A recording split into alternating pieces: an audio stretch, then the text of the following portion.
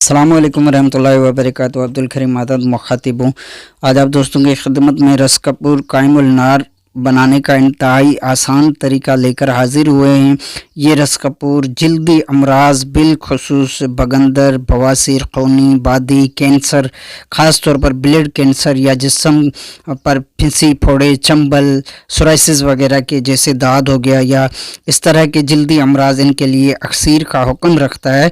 तो हम मुकम्मल तरीका आप दोस्तों को बताते हैं और दिखाते भी हैं बनाकर प्रैक्टिकल। ये मीठा सोडा है। आपने मीठा सोडा कम से कम जो है आधा किलो लेना है। अगर ज़्यादा भी लिया जाए तो भी कोई हर्ज नहीं, लेकिन कम से कम आधा किलो मीठा सोडा होना चाहिए। कोशिश कीजिए कि निसफ हिस्सा जो है वो नीचे बिछा दें किसी तवे वगैरह पर या कोई ऐसी मिट्टी का कोई बर्तन हो उसमें, और उसके ऊपर रस कपूर हस्बे ज़रूरत 10-10 ग्राम या 15-15 ग्राम की डलियां हो, 3-4-5 डलियां भी रख सकते हैं। कोशिश कीजिएगा कि बड़ी एक डली ना हो, छोटी छोटी डलियां हो, तो वो रख कर और उसके ऊपर मीठा सोडा बिछाकर इसको अच्छी तरह दबा लेना है ताकि ये दब जाए। और इसके ऊपर आपने रस कपूर थोड़े थोड़े फासले पर रखना है। अगर ज़्यादा डलियां हैं तो, अगर एक आधी डली है तो फिर कोई हर्ज नहीं। तो इस तरह फिर दोबारा इसके ऊपर मीठा सोडा डालकर अच्छी तरह दबा लेना है। उसके बाद इसको आग दी जाएगी। आग पहले मरहले में कदरे कम रखी जाएगी।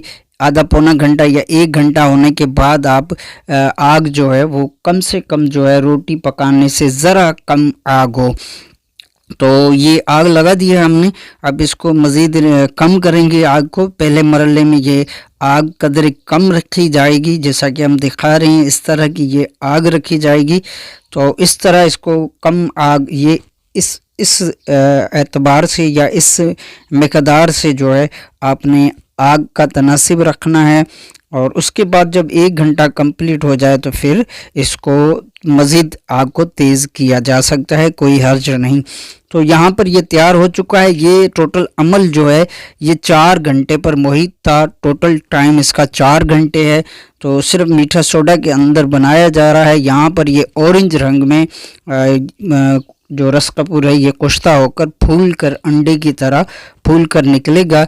तो इसको एहतियात से खुरच कर साफ़ करके कपड़े वगैरह से या ब्रश वगैरह से साफ़ करके फिर इसको अपनी अद्वियात में मुनासिब, जो अद्वियात के नुस्ख़ाजात होते हैं जहाँ रस कपूर का इस्तेमाल किया जाता है, तो आप वहाँ पर इसको इस्तेमाल कर सकते हैं।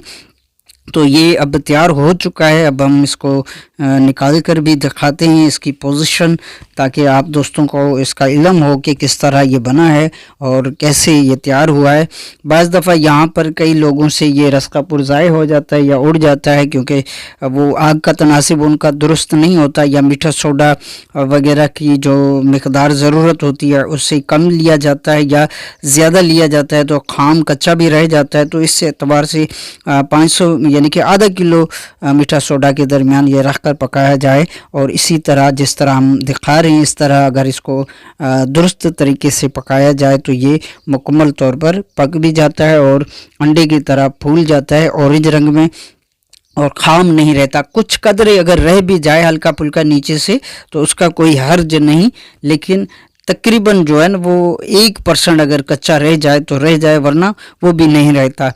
तो इस तरह इस तरकीब से आप रस कपूर को कायम करके अपनी अद्वियात में, जैसा कि खाम सलाया बनाकर इस्तेमाल किया जाता है, तो उसमें भी अगर सलाया भी बनाएं तो कम से कम जो है वो 3-4 घंटे सलाया बेहतरीन बनाने के लिए भी आपके लग सकते हैं। तो इस एतबार से मीठा सोडा के अंदर अगर इसको पकाकर फिर अपनी अद्वियात में शामिल किया जाए तो एक तो रिज़ल्ट भी शानदार होंगे, इसके जो रस कपूर की क़ुव्वत है वो कई गुना बढ़ जाएगी और ये मुदब्बर भी हो जाएगा, कायम भी हो जाएगा, और सलाया से कदरे बेहतर होता है इसका रिज़ल्ट भी। तो इस तरह मीठा सोडा के अंदर पकाकर फिर बनाया जाए और इस्तेमाल किया जाए अद्वियात में, तो वो ज़्यादा बेहतर होता है। तो ये तैयार हो चुका है। हम मज़ीद इसको साफ़ करके दिखाते हैं कि कैसे ये नज़र आता है। ये ऑरेंज कलर में फूल चुका है। तो इस तरह ये रस कपूर तैयार हो जाता है।